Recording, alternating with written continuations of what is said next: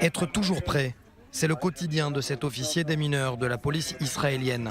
Car c'est son unité qui est chargée de traiter depuis plus de 20 ans ces roquettes, artisanales comme perfectionnées, que désormais les ballons piégés, lancés ces derniers mois depuis Gaza. Ces ballons, les voici, pour la première fois montrés devant nos caméras.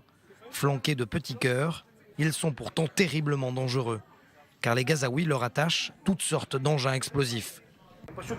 Ils enlèvent la protection de la grenade, entourent l'objectif avec une mèche qui, lorsqu'elle a terminé d'être consumée, fait exploser la grenade. Ce que l'on ne sait pas, c'est si la grenade ou autre engin explosif explose dans les airs ou au sol.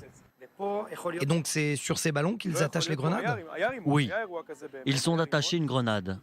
Un incident qui a été traité par l'une de nos équipes pas très loin d'ici sur l'une des routes. Et imaginez, lorsque la mèche est consumée, la grenade peut exploser à n'importe quel moment, à la tête des enfants ou des adultes. C'est du terrorisme. Mais bien sûr qu'il s'agit de terrorisme. C'est arrivé avec des grenades, avec toutes sortes d'explosifs artisanaux. Ils n'ont qu'un seul objectif, atteindre des personnes. Il n'y a pas d'autre mot, c'est du terrorisme. Rai décide alors de nous ouvrir les portes où les démineurs entreposent tout ce qu'ils découvrent sur le terrain. Cet avion en fer, sur lequel étaient attachées des grenades, et cette sorte de mini-drone hybride, fait de papier aluminium, de diodes rattachées à des piles qui s'illuminent la nuit tombée.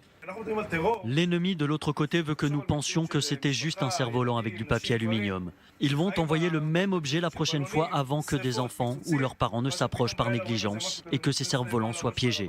C'est ça qui est grave. Nous prenons alors la route vers la frontière avec Gaza, direction la réserve de Be'eri, l'une des plus touchées par ces ballons incendiaires et piégées.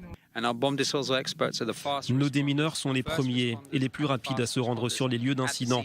Au moment où je vous parle, à quelques kilomètres de Gaza, nos unités se tiennent prêtes à faire face à ces ballons piégés d'explosifs qui peuvent aller loin à cause de ces vents.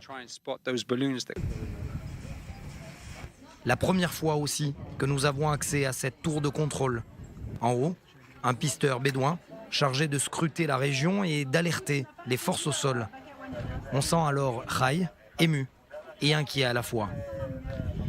Ce n'est pas simple de venir ici et de voir la maison où tu habites partir en fumée et toutes ces forces à pied d'œuvre. On ne comprend pas notre quotidien à l'étranger. Imagine. Je termine ma journée en ayant géré jusqu'à 5 incidents et je rentre à la maison où le champ derrière la maison brûle. Et là, ça touche directement mes enfants. Et selon la plupart des experts, ces ballons pourraient transporter jusqu'à 5 kilos de charge explosive. Un vrai défi pour ces démineurs.